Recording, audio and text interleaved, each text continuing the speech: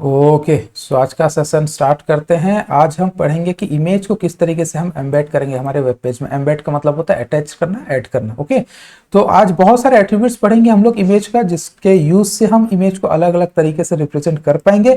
साथ ही साथ कुछ एडवांस एट्रीब्यूट्स के बारे में आपको बताऊंगा जो कि एक्सपीरियंस लेवल के डेवलपर्स को भी बहुत कम पता होता है। ये 3 अलग अलग ऐसे एट्रीब्यूट्स हैं जो सर्वर साइड टेक्नोलॉजी में काम आता है। इट मींस जब आप सर्वर को मेंटेन कर रहे होते हैं या फिर सर्वर से आपका डेटा फैच हो रहा है, कोई डेटा आप सर्वर को दे रहे हो, कोई इमेज, तो ये तीनों जो ऐसे एट्रीब्यूट्स हैं जिनका यूज करके आप बहुत ही सिक्योरली अपने इमेज को यूज कर सकते हैं। ओके, ये क्वेश्चन ज्यादातर एक्सपीरियंस लेवल के लोगों को ही पूछा जाता है, फ्रेशर्स को नहीं पूछा जाता। बट आप एक्सपीरियंस लेवल के हो या फ्रेशर लेवल के हो, आपके पास ये नॉलेज होना जरूरी है। ओके, ठीक है, तो हम चलते हैं एक एक करके पॉइंट डिस्कस कर लेते हैं। अल्ट क्या होता है? अल्ट जो होता है ये इमेज का अल्टरनेटिव टेक्स्ट होता है। Okay, alt means alternative. इस एट्रीब्यूट को यूज करके हम क्या करते हैं, अगर किसी भी तरीके से हमारा इमेज अगर लोड होने में फेल हो जाता है या फिर किसी तरीके से इमेज को ब्लॉक कर दिया जाता है, because browser has the capacity to block the images. Okay, तो अगर आपका इमेज लोड नहीं हो पाए तो एटलीस्ट जो व्यूअर है, जो देख रहे हैं, उन्हें पता होना चाहिए कि आपका इमेज किस प्रकार का इमेज था, उसके रिलेटेड कोई कैप्शन जो होता है वो हम अल्ट में लिखते हैं। ओके, ठीक है, ये प्रैक्टिकली मैं आपको दिखाऊंगा, बस थोड़ा सा हिंट दे रहा हूं। उसके बाद SRC, SRC stand for source, जहां से कि हमारा इमेज आएगा। ओके, और उसके बाद विड्थ और हाइट, ये आपको पता ही है। विड्थ और हाइट को हम लोग 2 अलग अलग तरीके से यहां डिफाइन करते हैं। एक होता है पिक्सल के जरिए, दूसरा होता है परसेंटेज के जरिए। दोनों में क्या डिफरेंस है, कैसे सिचुएशन में क्या यूज करेंगे, मैं आपको डिटेल्स में बताऊंगा। टाइटल क्या होता है, इमेज के ऊपर अगर माउस ओवर करते हैं तो उसमें जो एक छोटा सा मैसेज आएगा उसे कहते हैं टाइटल, जो कि उस इमेज के कंटेंट के बारे हमें बताता है।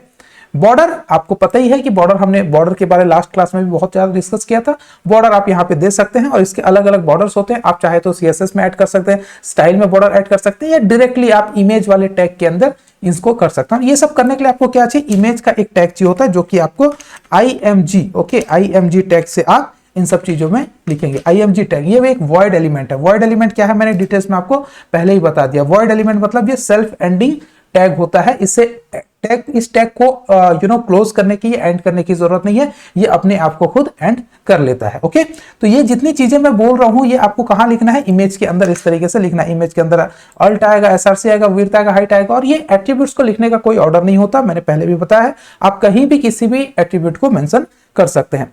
अलाइन, यहां पे अगर हम बात करें तो ये अलाइनमेंट की होती है, लेफ्ट अलाइनमेंट या फिर राइट अलाइनमेंट। मिडिल अलाइनमेंट या सेंटर अलाइनमेंट इमेज के लिए अवेलेबल नहीं होता है। ओके, ये बात आपको ध्यान में रखना। ये छोटी छोटी चीजें जो हैं आपसे ये दिमाग में रखने की जरूरत है। भी स्पेस और एस स्पेस जो होता है, ये होता है जो हॉरिजॉन्टल स्पेस और वर्टिकल स्पेस होता है। हालांकि ये अभी फिलहाल यूज में नहीं है। हम लोग जब रियल टाइम में डेवलप कर रहे हैं तो इसका इस्तेमाल हम नहीं करते, हम पैडिंग का ज्यादातर इस्तेमाल करते हैं, जो कि बेहतर तरीके से हमको कंट्रोल देता है हमारे इमेज को। ओके, भी स्पेस और एस स्पेस थोड़ा सा आउटडेटेड है, बट उसके बावजूद भी हमें इसके बारे में थोड़ा सा जानकारी होना जरूरी है। ज्यादा इसके बारे में डिस्कस नहीं करेंगे, बट इसका यूज करके मैं आपको दिखाऊंगा। साथ ही साथ एडवांस एट्रीब्यूट्स की जब हम बात करते हैं तो क्रॉस ओरिजिन का एक बहुत ही ज्यादा इंपॉर्टेंट रोल प्ले होता है, क्योंकि क्रॉस ओरिजिन आपके मोबाइल को या आपके सिस्टम को या जहां से आप अपने इमेज को शो करना चाहते हैं, जहां आप इमेज को देखना चाहते हैं, आपके कंप्यूटर में लाना चाहते हैं, वो चेक करता है कि जहां से इमेज आ रहा है वो ऑथेंटिक है या नहीं, जहां इमेज पहुंच रहा है वो ऑथेंटिक वे में है या नहीं, सिक्योरिटी सब टाइट है या नहीं। ये सारी चीजों को ध्यान में रखना क्रॉस ओरिजिन का काम होता है। यहां 3 अलग अलग आपको एलिमेंट्स दिखेंगे, 3 अलग अलग वैल्यू दिखते हैं। ओके, यहाँ पे एनोनिमस तरीके से रहेगा, एक होता है आपको वैल्यू के साथ में दिखाऊंगा आपको प्रैक्टिकल में। ओके, अभी समझ में नहीं आएगा आपको। डी कोडिंग का मतलब होता है कि आपके इमेजेस किस तरीके से लोड होंगे। ओके, यहाँ पे सिंक्रोनस का आ जाएगा कॉन्सेप्ट, ए सिंक होता है, सिंक होता है, ऑटो होता है। इसमें क्या होता है, कई बार आप देखेंगे बहुत सारे वेबसाइट में पहले इमेज लोड होते हैं, उसके बाद ही बाकी के सारे कंटेंट लोड होता है। बहुत सारे वेबसाइट में क्या होता है, पहले टेक्स्ट वगैरह आ जाते हैं या और भी जो जो चीजें होती है वो सारी चीजें आ जाती हैं, उसके बाद इमेज लोड होता है।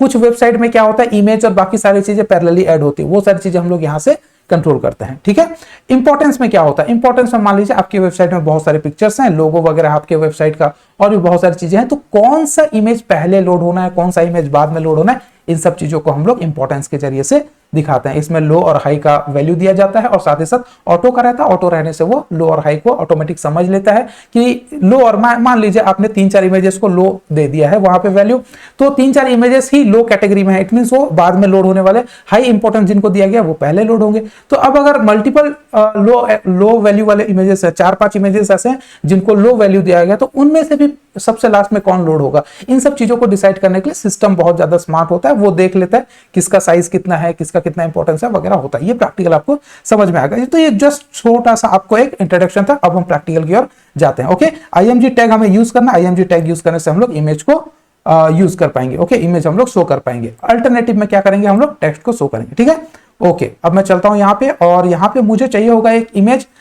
एसेट फोल्डर में इमेज रहना चाहिए। सिर्फ हमारा जो था फेवी आइकॉन था, तो ये आइकॉन की तो जरूरत मुझे है नहीं, एक इमेज मुझे चाहिए रियल टाइम में। सो मैं एक इमेज डाउनलोड कर लेता हूं, कोई भी एक इमेज चलेगा। सपोज ह्यूमैनिटी रिलेटेड कोई इमेज देखते हैं। और इमेज कैसे सर्च करना है ये मैंने आपको बताया था, राइट। आप कोई भी इमेज यूज नहीं कर सकते। बेहतर होगा आप इन चीजों को अभी से प्रैक्टिस करना शुरू करें। ओके, क्योंकि आप सिर्फ एक अभी व्यूअर नहीं है, एक डेवलपर बन चुके हैं। तो आपके लिए जरूरी है कि आप ऐसे इमेज को ही यूज करें जिसका कॉपीराइट का कोई इशू ना हो। ओके, तो आप टूल में जाएंगे, टूल में जाने के यहाँ के यूजर्स में जाएंगे, क्रिएटिव कॉमन का लाइसेंस आप चूज करेंगे। इसमें आपको जो नजर आएगा इसमें से कोई आप ले सकते हैं। हालांकि मैं बाद में आपको ऐसे कुछ वेबसाइट्स के बारे में बताऊंगा जो कि आपको मदद करेगा हाई क्वालिटी पिक्चर्स को भी डाउनलोड करने में। ठीक है, ओके, तो फिलहाल के लिए मैं इसे ले रहा हूं। हालांकि ये भी यहाँ लाइसेंसेबल लिखा है, बट ये चलेगा, कोई प्रॉब्लम नहीं होगा। प्रैक्टिस बेस के लिए इट्स एनफ। ओके, तो मैं इसे किया राइट क्लिक करके मैं इसे कर देता हूं save. Okay, save image as, और मैंने कोई एक लोकेशन मुझे चूज कर लेना है। बाय डिफॉल्ट कहाँ सेव हो रहा है, ओके, डाउनलोड में हो रहा है। मैं डाउनलोड में इसे सेव कर लेता हूँ। ओके, और ये हो गया सेव। और मल्टीपल इमेजेस मुझे चाहिए, तो एक दो और ले लेते हैं, जैसे कि ये एक है। ओके, ये पीएनजी फॉर्मेट में है, शायद ट्रांसपेरेंट वे में है। ठीक है, अलग अलग फॉर्मेट का ले जाएंगे, आपको भी समझ में आ जाएगा। ओके, ये वेबपी है, जिसके बारे हमने लास्ट टाइम डिस्कस किया था कि ये किस तरीके का इमेज है। ओके, और साथ ही साथ कुछ एक दो पिक्चर्स और ले लेते हैं। ओके, ज्यादा नहीं लेंगे, बस 3 पिक्चर लेंगे। और इसे कर दिया right click and save as. चलो, ये जेपीजी फॉर्मेट का है, तो हर प्रकार के इमेजेस हमारे पास आ गए। ठीक है, ओके, मैं इसे क्लोज करता हूं और मैं इसे मिनिमाइज किया। मिनिमाइज करके हम देखते हैं कि हमारा जो इमेज आया है डाउनलोड होकर के वो कहाँ पे सेव है। डाउनलोड फोल्डर में था, उसे हमें कहाँ लाना है दोस्तों। मैं क्यों कर रहा हूँ ये सब चीजें, ताकि मैं हमारे जितने भी इमेजेस यूज हुए हैं उन सारे के सारे इमेजेस को वहां पर रखूं जहां से मैं उसे इजीली एक्सेस कर पाऊं। जैसे कि ये होता है हमारा एसेट फोल्डर। एसेट फोल्डर के अंदर अगर हम लोग इमेज वगैरह रखते हैं तो बहुत बेहतर होता है। ओके, एसेट के अंदर मैं यहाँ पे एक फोल्डर बना देता हूँ आपके समझने के लिए। ये एसेट है, एसेट क्लिक किया गया, इसमें एसेट सिलेक्टेड है। यहाँ पे मैं एक फोल्डर बना रहा हूँ एसेट के अंदर, यहाँ पे मैं लिख दूंगा इमेजेस। ओके, तो इससे क्या होता है, आपको चीजें जो है अच्छे से पता चलती है। देखिए, ये यहाँ पे अलग सा एक आइकॉन आ गया, ये इसके अंदर मुझे, अब मैं इसे राइट क्लिक करके क्या करूंगा, reveal in file explorer. It means मैं इसे अपने विंडोज के फाइल एक्सप्लोरर पे रिवील कर रहा हूं, वो फोल्डर डायरेक्टली ओपन हो रहा है, तो मुझे ढूंढने की जरूरत नहीं पड़ेगी। ओके, ये हो गया। अब यहाँ से जो इमेजेस थे डाउनलोड वाले में, ये यहाँ से इसे ले लेता हूँ। ये हो गया सिलेक्ट, मैं इसे कट कर दिया और जाकर के मैं इसे पेस्ट कर दूंगा हमारे इमेज वाले फोल्डर पे। राइट, इस तरीके से आपको भी करना है, ताकि सारे इमेजेस, वीडियोस, फोटोज जो भी आप यूज कर रहे हैं वो जैसे कि आपको एक जगह पे मिल जाए, तो वो बेहतर होता है। ठीक है, ओके, ये हो गया हमारा, यहाँ पे सारे के सारे ये चीजें आ गई। ओके, और इसका आपको जो एक्सटेंशन वगैरह पता होना चाहिए, इसका एक्सटेंशन अगर आपको पता होगा तो आपको बेहतर हो जाएगा समझने के लिए। ये देखिए .jpg फॉर्मेट का है, ये JFIF का है। ओके, JPG का क्या था, जॉइंट फोटोग्राफिक एक्सपर्ट ग्रुप जो था, आप लोगों का कल के मैंने ये सब चीजों को डिस्कस किया था। और वेब पेज जो वेब पिक्चर का फॉर्मेट होता है, ये ट्रांसपेरेंट वे में है। और ये JFIF का है, ये अलग अलग फॉर्मेट का तीनों डाउनलोड हो गया, तो ये बेहतर है। ओके, ठीक है, साथ ही साथ अब हम क्या करेंगे, अब देखेंगे इमेज के अंदर ये चीजें आ गई होंगी। ओके, इनको हम यूज कर सकते हैं। तो कोई भी एक मैं फिलहाल के लिए ले जाता हूं, इमेज टैग मैं यूज कर रहा हूं। और यहां देखिए, जैसे इमेज टैग यूज करते हैं तो बाय डिफॉल्ट हमारा जो एडिटर हमें प्रोवाइड कर रहा है सोर्स और अल्टरनेटिव टेक्स्ट जो होता है। ठीक है, तो ये इतना लंबा सा नाम मुझे नहीं चाहिए, मैं अगर बेहतर होगा इसे रीनेम कर दूं, तो मैं इसे कर देता हूं फर्स्ट। ओके, मैं इसे रीनेम कर रहा हूं, रीनेम करके मैं इसे दे देता हूं पिक वन। ओके, और इसे मैं दे देता हूं पिक 2। आप अगर नाम को कन्वीनियंट रखेंगे तो आपको कॉल करने में उसे आसानी होगी। ओके, बाकी का जो नाम है हम यहाँ से कॉपी पेस्ट करके भी वहां लिंक कर सकते हैं, बट एक प्रोफेशनल वे जो होता है हम उसे फॉलो करेंगे। Okay, pick 1, pick 2 and pick 3। तो मैं पिक 3 यहाँ पे यूज कर रहा हूँ .jpg फॉर्मेट में जो है, और वो शो करने की कोशिश कर रहा हूँ। आप कोई भी यूज कर सकते हैं। ओके, तो यहाँ पे सोर्स क्या है, सोर्स हमारा क्या है, एसेट फोल्डर है, राइट, एसेट फोल्डर है। एसेट फोल्डर के अंदर क्या है, इमेज फोल्डर है। इमेज फोल्डर के अंदर क्या है, मुझे पिक 3 यूज करना है। ये आ गया, देखिए कुछ इस तरीके से। ओके, उसके बाद अल्टरनेटिव टेक्स्ट, यहाँ पे मुझे क्या लिखना है, अल्टरनेटिव टेक्स्ट मुझे यहाँ पे लिखना है कि this is a humanity based picture, actually इतना ज्यादा नहीं लिखा जाता अल्टरनेटिव टेक्स्ट में, मैं तो थोड़ा सा यहाँ पे लिख देता हूं कि फिगर 3 है ये, मान लीजिए फिगर 3, और यहाँ पे लिख देता हूं ह्यूमैनिटी। ओके, इतना में हमको समझ में आ जाएगा। तो मैं इसे कर देता हूं, सेव किया मैंने, और ये ओपन विद लाइव सर्वर करेंगे तो यहाँ पे जाकर के शो करेगा। अभी देखिए ये जूम फॉर्मेट में था, मैं इसे एक्चुअल फॉर्मेट में अगर लेके आता हूँ 100% में, तो ये हो गया उसका 100%। ओके, ये हो गया, वो फोटो आ गया हमारे यहाँ पे। इसके साथ ही साथ हमें बहुत सारी चीजें तो अभी यूज करनी है, अभी तो मैंने स्टार्ट भी नहीं किया है, क्योंकि हमें यूज करना है अल्ट, SRC, ये सारी चीज, ये दोनों हमें फिलहाल यूज कर चुके हैं, बट इनका रिजल्ट क्या है हमें नहीं पता। ओके, क्योंकि हमने यहाँ पे यूज किया SRC से क्या हुआ, सोर्स मिला। सोर्स मींस जहां आपका फोटो मौजूद है, यहाँ पे देखिए आपका फोटो जो मौजूद था लिख दिया हमने, बट अल्टरनेटिव टेक्स्ट जो हमने लिखा है फिगर 3 ह्यूमैनिटी, ये कहां शो कर रहा है, इसका आउटपुट का। तो जनरली दोस्तों ये आउटपुट नजर नहीं आता है जब तक ये फोटो लोड हो। ओके, तो ये फोटो अगर लोड नहीं होगा तो हमें इसका आउटपुट नजर आएगा। इसके लिए मैं आपको दिखाता हूं, सेटिंग पे यहां होना चाहिए, सेटिंग पे एक सेटिंग रहता है, एक ऑप्शन रहता है जहां पर कि इमेज को हम लोग ऑफ कर सकते हैं। ओके, इमेज लोडिंग ऑफ कर सकते हैं। ये फैसिलिटी तब यूज किया जाता है जब आप एक ब्लॉग वगैरह को रीड कर रहे हैं, या एक डॉक्यूमेंट आपको रीड करना है और वहां पे बहुत सारे इमेजेस लोड हो रहे हैं। तो इमेज जब लोड होगा तो वो ज्यादा डेटा कंज्यूम करेगा, लोड होने में टाइम लगेगा, डिपेंड करता है आपका इंटरनेट स्टेबिलिटी कितना है वगैरह वगैरह। तो आप बहुत सारे ऐसे वेबसाइट में जहां आप सिर्फ टेक्स्ट पढ़ने जाते हैं, तो बेटर होगा कि आप अपने ब्राउजर में, जो कि हर ब्राउजर में होता है, ये एज ब्राउजर है, आप गूगल क्रोम यूज करो, फायरफॉक्स यूज करो, सफारी यूज करो, किसी में भी ये ऑप्शन रहता है। आप इमेज को अगर वहां पे डिसेबल कर देते हैं तो आपके लिए काफी ज्यादा आसान हो जाता है इमेज जो है उस पेज को लोड करना। ओके, तो मैं यहाँ पे इमेजेस सर्च करता हूं, और या इसके रिलेटेड कुछ ऑप्शन आना चाहिए।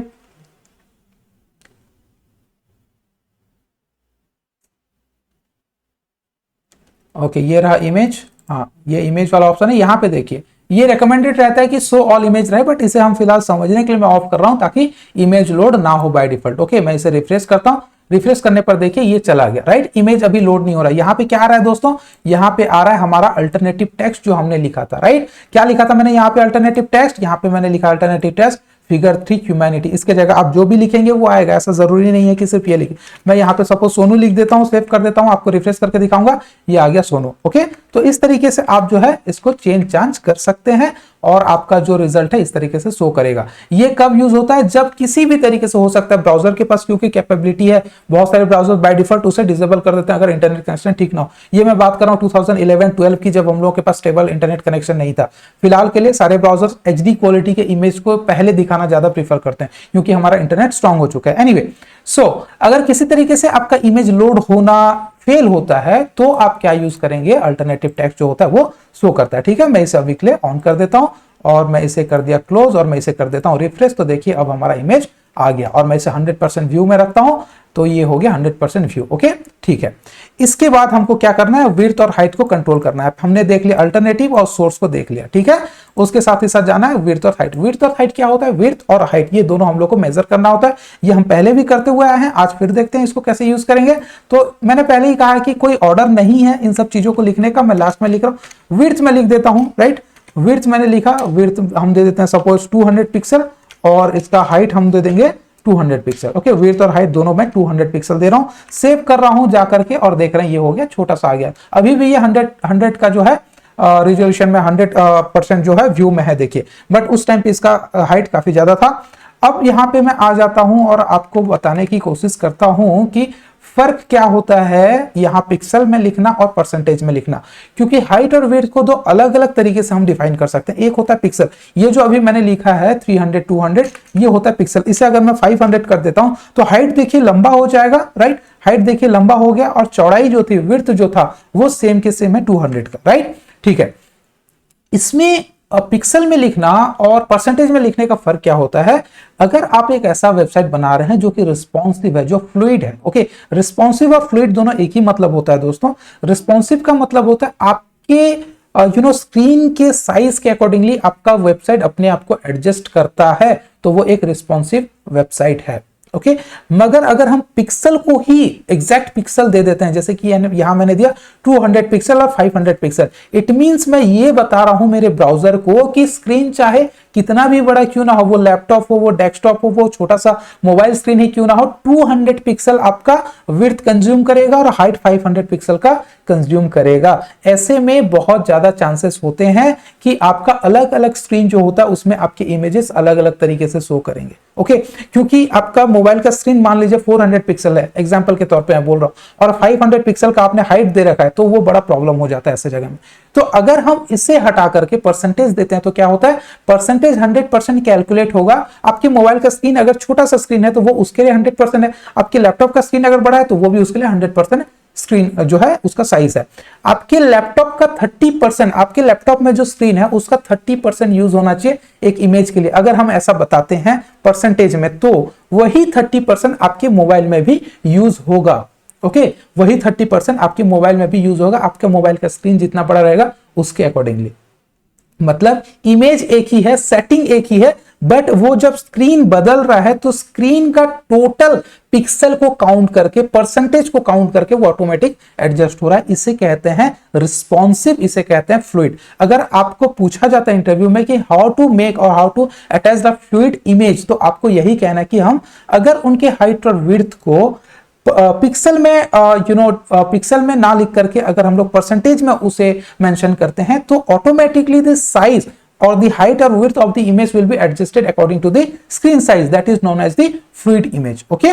ठीक है, तो मैं यहां पे क्या करता हूं, हाइट और विड्थ दोनों चेंज करता हूं। यहां एक और छोटा सा पॉइंट है, आपको जानना पड़ेगा कि कभी भी हाइट जो होता है वो हम कंट्रोल नहीं करते हैं, परसेंटेज से हमारा विड्थ ही कंट्रोल होता है, ओके। फिलहाल के लिए मैं इसे करके दिखाता हूं आपको। मान लीजिए हाइट और विड्थ को मैंने यहां पे डिलीट कर दिया, ओके, और अभी मैं दिखा रहा हूं वो रिजल्ट आपको, ये आ गया बड़ा सा। अगर मैं इसे छोटा करना चाहता हूं तो देखिए क्या प्रॉब्लम होता है, ओके। अगर मैं इसे छोटा करना चाहता हूं तो क्या प्रॉब्लम हो रहा है, ये देखिए मैं इसे कर दिया छोटा।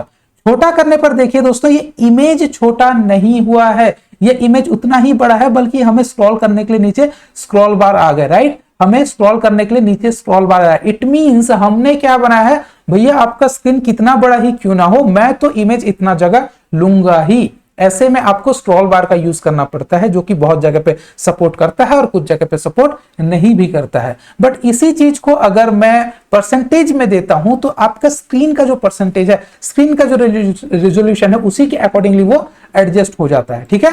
तो मैं यहां पे अभी फिलहाल के लिए इसको जो है विड्थ और हाइट एक बार तो हमने देखा है कि पिक्सल में क्या होता है, अब हम देखते हैं इसे परसेंटेज में, ओके। तो मैं हाइट दे देता हूं, हाइट में यहां पे पिक्सल में दे रहा हूं, हालांकि हाइट आप कंट्रोल नहीं करते हैं, बट फिर भी 50% मैं यहां पे देता हूं, 50% मैंने दे दिया।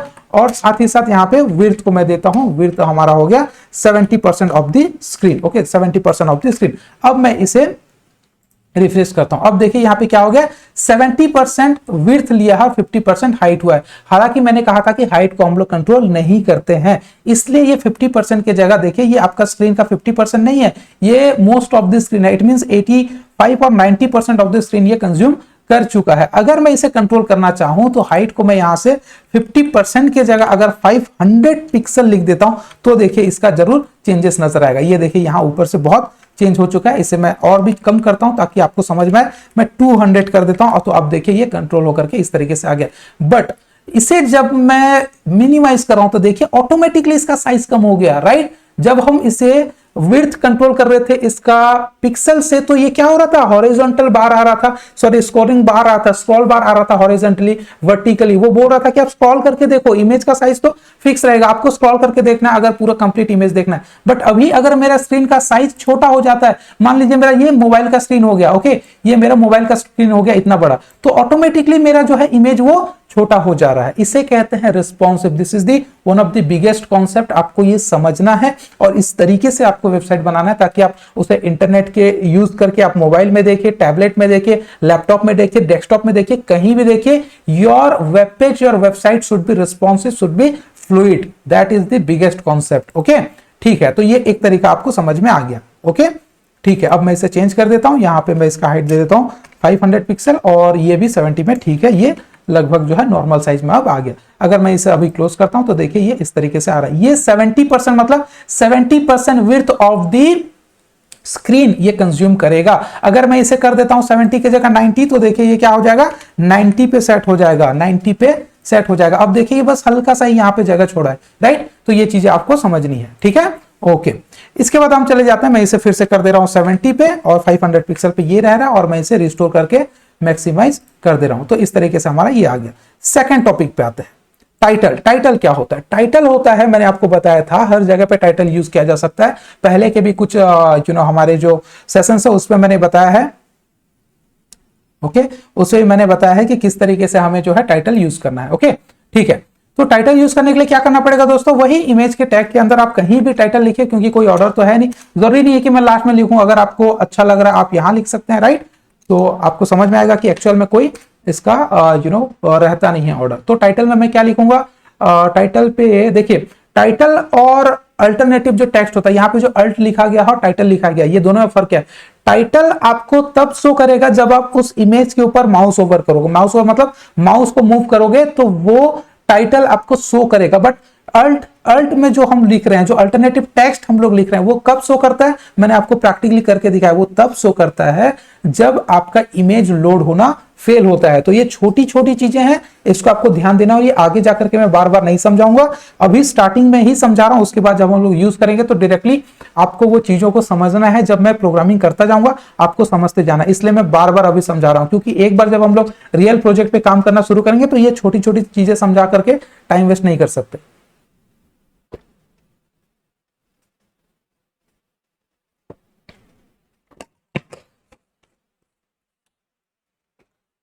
ओके, ठीक है। तो टाइटल पे मैं यहां पे लिख देता हूं कि this is an image. Okay, कुछ भी लिखिए, मैं बस यहां समझने के लिए, दिस इज एन इमेज। अब ये सेव कर दिया मैं, अब देखिए ये आ गया। यहां पे कोई चेंजेस आया क्या दोस्तों? कोई चेंजेस नहीं, मैं रिफ्रेश करके दिखा रहा हूं, कोई चेंजेस नहीं।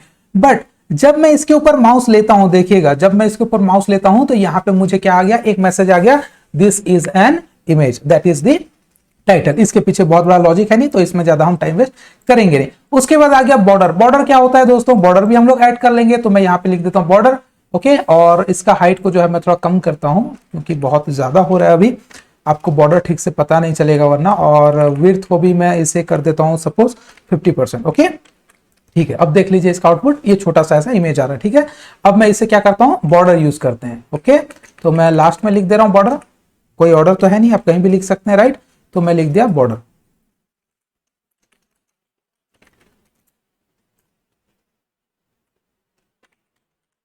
और बॉर्डर में मैं क्या लिखूंगा? सपोज 2 पिक्सल का बॉर्डर दे देता हूं। ओके, 2 लिख दिया, तो यहां पे क्या आ जाएगा? एक बॉर्डर आ गया। देखिए ये ब्लैक कलर का एक बॉर्डर आ रहा है, शायद आपको पता चल रहा है या नहीं।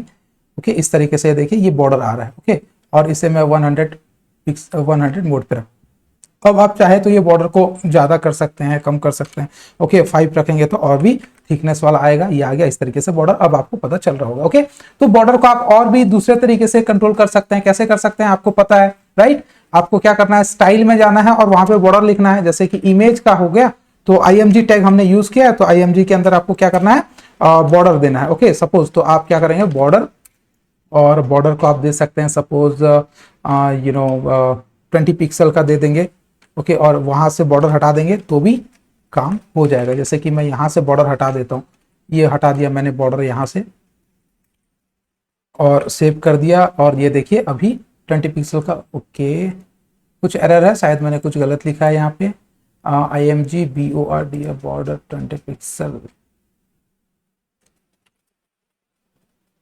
अच्छा, मैं स्टाइल टैग ही ओपन नहीं किया हूं ना यहाँ। तो स्टाइल टैग के अंदर हमें लिखना होता है ये सारी चीजें। ओके, ये हो गया कट, और इसे हम रख देते हैं स्टाइल के अंदर। ओके, अब ठीक है। अब देखिए यहाँ पे एक छोटा सा बॉर्डर आना चाहिए, क्यों नहीं है? अच्छा, सॉलिड बॉर्डर में लिखा नहीं है, आधा अधूरा लिख रहा हूं मैं। ओके,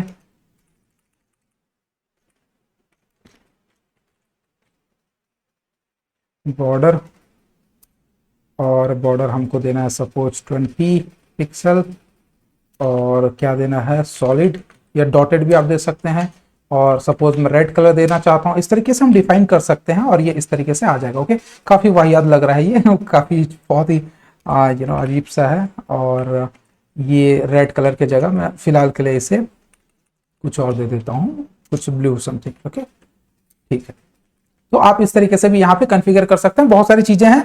ओके, और इस पे ज्यादा टाइम वेस्ट नहीं करेंगे, फिलहाल के लिए मैं ये यहाँ से हटा रहा हूँ और बॉर्डर आपको मैंने यहाँ पे बना के दिखाया है। तो एक बार और जो है आपका बॉर्डर आपको समझाने की जरूरत नहीं है, आप समझ चुके हैं, राइट। अब 2-3 जगह पे बॉर्डर यूज कर सकते हैं। ये हो गया बॉर्डर।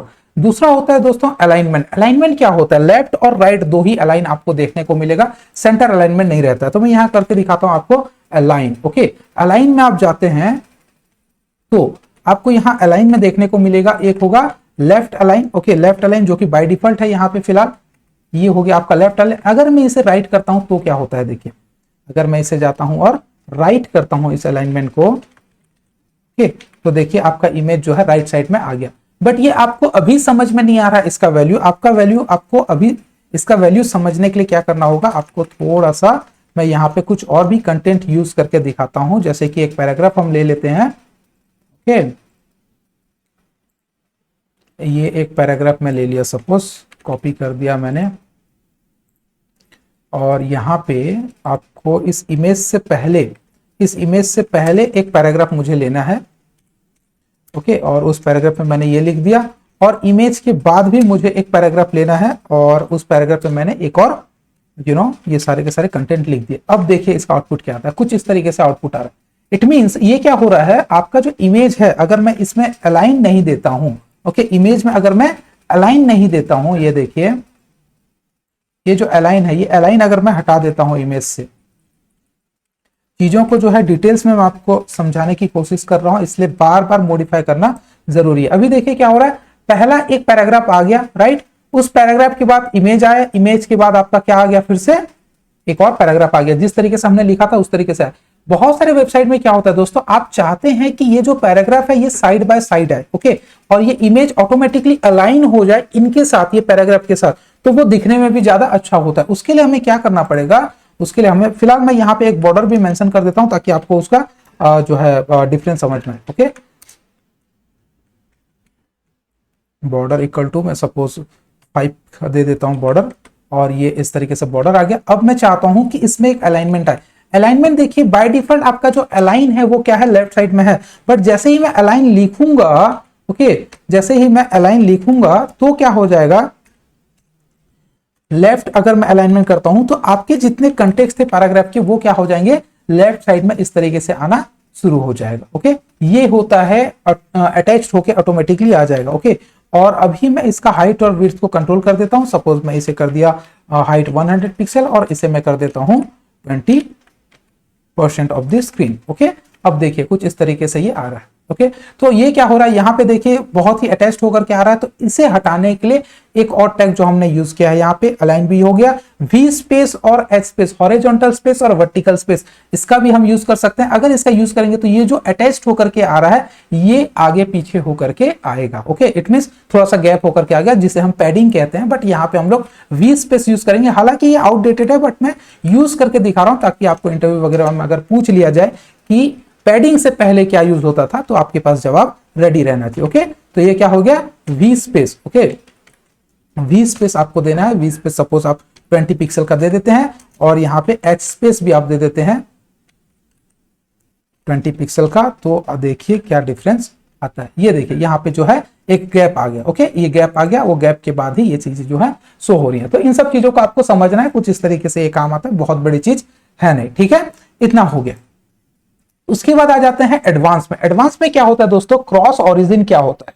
क्रॉस ओरिजिन एक ऐसी चीज है जिसका यूज हम यहाँ पे करके नहीं देख सकते, क्योंकि उसके लिए सर्वर साइड की यूज जरूरत पड़ेगी। बट आपको मैं इसका कॉन्सेप्ट समझा सकता हूं ताकि आपके पास आंसर हो इसका। ओके, ये चीज क्या है आपको समझ में आ जाए, उसके बाद आप जब जरूरत पड़े, जब हम लोग सर्वर साइड का यूज करेंगे तब मैं आपको प्रैक्टिकल भी करके दिखाऊंगा, क्योंकि अभी अगर करेंगे तो बहुत सारे टेक्नोलॉजी को इंटीग्रेट करना पड़ेगा और आपको अभी समझ में नहीं आएगा। मैंने आपको अभी तक Node.js का, बूटस्ट्रैप का कोई भी चीज इंट्रोड्यूस नहीं किया हूं। नेक्स्ट जो हमारा सेशन है वो बूटस्ट्रैप का होगा, Node.js का होगा। Node.js कैसे इंस्टॉल करना है और साथ ही साथ बूटस्ट्रैप कैसे इंस्टॉल करना है, ताकि बहुत सारी चीजें जो है हम लोग यूज कर पाएंगे। ओके, बूटस्ट्रैप अगर हम करते हैं तो क्या यूज होता है, क्या फायदा होता है, ये आपको मैं दिखा देता हूं यहाँ पे, क्योंकि मेरे में बूटस्ट्रैप है। तो उसके बाद बस आपको हिंट दिखाने के लिए मैं कर रहा हूं यहाँ पे, जैसे कि एक बटन में अटैच करता हूं। ओके, और बटन पे मैं लिख देता हूं add to cart. Okay, add to cart ऐसे हम लोग बनाते हैं। तो इन सब चीजों का जो है ये हो गया ऐड टू कार्ट, राइट। इसे मैं एक br टैग में दे देता हूं फिलहाल के लिए। इमेज को मैं यहाँ से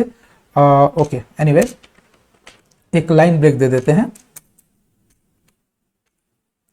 एक लाइन ब्रेक दिए और यहां पे देखिए क्या हो गया, एक बटन आ जाएगा। ओके, इसमें अलाइन दिया है ना हमने।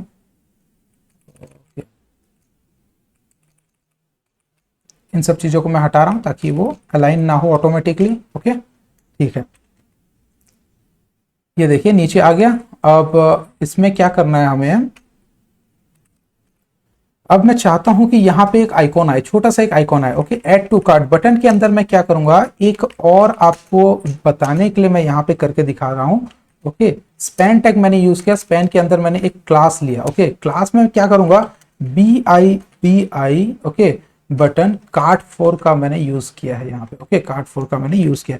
अब देखते हैं कि इसका क्या आता है। ओके, अभी फिलहाल कोई आपको यहाँ पे आउटपुट नजर नहीं आ रहा होगा, मतलब आपको कुछ पता नहीं चल रहा होगा। इसे चेंज कर देते हैं, यहाँ से विड्थ को मैं परसेंटेज में ना दे करके यहाँ पे मैं विड्थ को 200 विड्थ दे देता हूँ। ओके, या फिर 100 का विड्थ दे देता हूँ। ठीक है, यहाँ पे आपको कुछ चेंजेस नजर नहीं आ रहा है फिलहाल, अभी चेंज नजर आएगा क्योंकि बूटस्ट्रैप मेरा इंस्टॉल है। तो मुझे क्या करना पड़ेगा, लिंक करना पड़ेगा। हालांकि ये मैं आपको नेक्स्ट सेशन में दिखाऊंगा, बट फिलहाल के मैं आपको करके दिखा देता हूँ। सिर्फ और सिर्फ इसका इंप्लीमेंटेशन कैसे पूरा प्रोसीजर फॉलो करना है ये आपको अभी समझ में नहीं आ रहा होगा। Node.js में चले गया मैं, Node.js में जाने के बाद बूटस्ट्रैप आइकॉन्स में चला गया, बूटस्ट्रैप आइकॉन्स में जाने के बाद फ्रंट में चला जाऊंगा, फ्रंट में जाने के बाद बूटस्ट्रैप आइकॉन्स का ये आ गया। ओके, अब मैं इसे अगर सेव कर देता हूं दोस्तों, तो अब देखिए यहाँ पे क्या आ जाएगा, एक छोटा सा आइकॉन आ गया, राइट। एक छोटा सा यहाँ पे देखिए आइकॉन आ गया।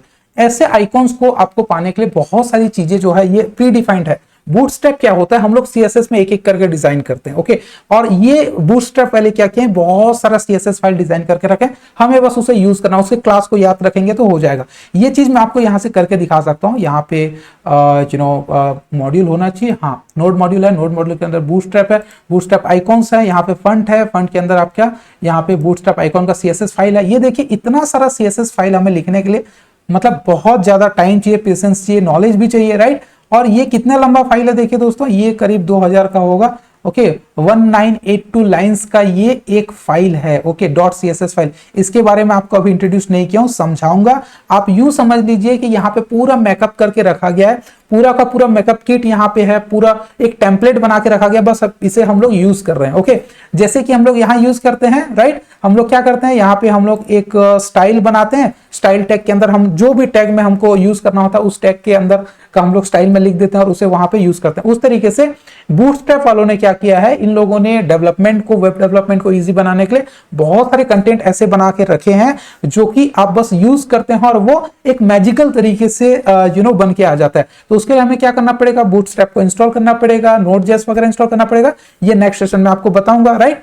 तो अभी के लिए हम लोग क्या समझ रहे थे, अभी के लिए हम समझ रहे थे क्रॉस ओरिजिन। क्रॉस ओरिजिन को हम लोग यूज करके देखते हैं इसमें क्या होता है। ओके, तो क्रॉस ओरिजिन यूज करने का बहुत ही ज्यादा आपको एक फायदा ये होता है कि क्रॉस ओरिजिन के अंदर आपको दो अलग अलग वैल्यू मिलते हैं। एक होता है एनोनिमस, दूसरा होता है यूज क्रेडेंशियल। अगर आप एनोनिमस यूज करते हैं तो आप जो वेबसाइट वगैरह यूज कर रहे हैं या कोई एप्लीकेशन यूज कर रहे हैं जैसे कि व्हाट्सएप वगैरह हो गया, तो वहां पे आपके मोबाइल में जो है मैसेज आ रहा है या फोटोज आ रहा है, वो कहां से आ रहा है, वो दूसरे सर्वर से आ रहा है। ओके, वो दूसरे सर्वर से आ रहा है। कई बार जो होता है, आप इमेज वगैरह डाउनलोड करना चाहें किसी वेबसाइट से तो वो ब्लॉक हो जाता है, क्योंकि आपके मोबाइल में भी फायरवॉल होता है, फिर उसके बाद एंटीवायरस वगैरह का जो है कॉन्सेप्ट आता है। ये काफी लंबा चीज है, अभी के लिए समझने के लिए बस इतना जान लीजिए कि क्रॉस ओरिजिन अगर आप यूज करते हैं और आपने यूज क्रेडेंशियल अगर ऑप्शन चूज किया है तो कोई भी इमेज रैंडमली आपके मोबाइल फोन में शो नहीं होगा, आपके जो ना वेबसाइट पे वो डाउनलोड नहीं होगा, क्योंकि इसके लिए वो क्रेडेंशियल चेक करेगा, सारे सिक्योरिटी चेक करेगा, अगर सारी चीजें ठीक लगेंगी तो ही वो डाउनलोड होगा आपके फोन में। ओके, दूसरा होता है एनोनिमस का। एनोनिमस अगर आप यूज करते हैं तो वो चेक नहीं करेगा सिक्योरिटी पर्पस को। ओके, इसके बाद एक और चीज था, एक एक करके मैं आपको समझा देता हूं, और डिकोडिंग और इंपॉर्टेंस का था, राइट। तो डिकोडिंग में क्या होता है, देखिए डिकोडिंग में आपको 3 अलग अलग वैल्यू मिलेंगे, एक होता है एसिंक्रोनस, एक होता है ऑटो, एक होता है सिंक्रोनस। ओके, तो सिंक करना है, सिंक्रोनाइज करना एक ही टाइम पे, या एसिंक करना है, एसिंक्रोनाइज, या फिर ऑटो में आना है, इन तीनों का फर्क है। सिंक्रोनाइज में क्या होता है दोस्तों, आपका इमेज पहले सिंक होगा, आपका इमेज पहले लोड होगा, उसके बाद बाकी सारे कंटेंट लोड होंगे। एसिंक्रोनस में क्या होगा, एक ही साथ आपके जो अलग अलग कंटेंट है वो आपके इमेज के साथ लोड होंगे। मान लीजिए आपने एक ऐसा वेबसाइट बनाया है जहां पर कि आपके बहुत सारे फोटोज आपने अपलोड किए हैं, वो फोटोज लोड होने के बाद ही बाकी चीजें लोड हो, ये भी आप यूज कर सकते हैं। आप चाहें तो फोटोज के साथ साथ बाकी चीजें भी लोड हो, ये भी आप कर सकते हैं। और साथ ही साथ आप ब्राउजर को अगर ऑटो वाला यहां पे वैल्यू देते हैं तो ब्राउजर खुद डिसाइड करेगा कि मुझे कौन सी चीजों को पहले लोड करना है, पैरेलली लोड करना है या आगे पीछे लोड करना है। इन सब चीजों को वो उसी टाइम पे, उसी सिचुएशन के अकॉर्डिंगली, आपका इंटरनेट का स्पीड वगैरह, आपके इमेजेस के साइज वगैरह, इन सब चीजों को देख करके वो ऑटोमेटिक डिसाइड करेगा। ओके, तो फिलहाल मैं इसे रख देता हूं यहाँ पे ऑटो पे। उसके बाद यहां पे अगर हम बात करते हैं और एक और चीज आ जाती है वो है इंपॉर्टेंस की, राइट। ये सारे के सारे मैं क्या बता रहा हूं आपको, ये के सारे मैं बता रहा हूं एक एक एट्रीब्यूट इमेज की। ओके, इमेज का ये सब एट्रीब्यूट होता है। ओके, इमेज के ये सारे जो है एट्रीब्यूट्स हैं। तो इंपॉर्टेंस में क्या होता है यहाँ पे दोस्तों, इंपॉर्टेंस में हाई होता है। ओके, इंपॉर्टेंस में हाई इंपॉर्टेंस होता है, एक होता है लो इंपॉर्टेंस होता है, और एक होता है ऑटो। इसमें क्या होता है, लो इंपॉर्टेंस अगर आप देते हैं तो वो इमेज, वो पर्टिकुलर इमेज आपके वेबसाइट में सबसे लास्ट में जो है लोड होगा, और हाई अगर किसी चीज को आप देते हैं तो वो सबसे पहले लोड होता है। तो मान लीजिए ऐसा सिचुएशन क्रिएट होता है जहां आपके वेबसाइट में आपका लोगो शो होना है और एक तरफ आपका एडवर्टाइज शो होना है, तो definitely we will give more priority to our logo as compare to the advertisement. तो एडवर्टाइजमेंट बाद में आता है, जबकि आपके वेबसाइट का प्रॉपर लोगो, स्ट्रक्चर वगैरह सारी चीजें लोड होनी चाहिए। तो इस टाइम पे आपको इंपॉर्टेंस भी यूज करना होता है। ओके, तो ये चीजें थी, इनके बारे में आपको अभी डिटेल्स में इसलिए नहीं बता रहा हूं क्योंकि ये एक्सपीरियंस लेवल के लोगों को भी यूज करने के लिए टाइम लग जाता है, समझने में टाइम लगता है। आप तो फिर भी बिगिनर्स के तौर पे अगर देख रहे हैं तो आपको थोड़ा सा टाइम लगेगा। ओके, ठीक है। एनीवे, सो जो लोग इन सब चीजों को समझ गए हैं वो इसका प्रैक्टिस कीजिए, इनको प्रॉपर तरीके से यूज कीजिए। नेक्स्ट सेशन में मैं आपको बूटस्ट्रैप का और नोड.जेएस का कॉन्सेप्ट लेकर के आऊंगा। नोड.जेएस इंस्टॉल करना होगा और बूटस्ट्रैप को लिंक करना होगा, और साथ ही साथ हम लोग बहुत सारे अलग अलग आइकॉन्स वगैरह को यूज करेंगे। क्योंकि बूटस्ट्रैप अगर आप यूज करते हैं तो देखिए यहाँ बूटस्ट्रैप पे क्या होता है, हल्का सा मैं आपको दे देता हूं।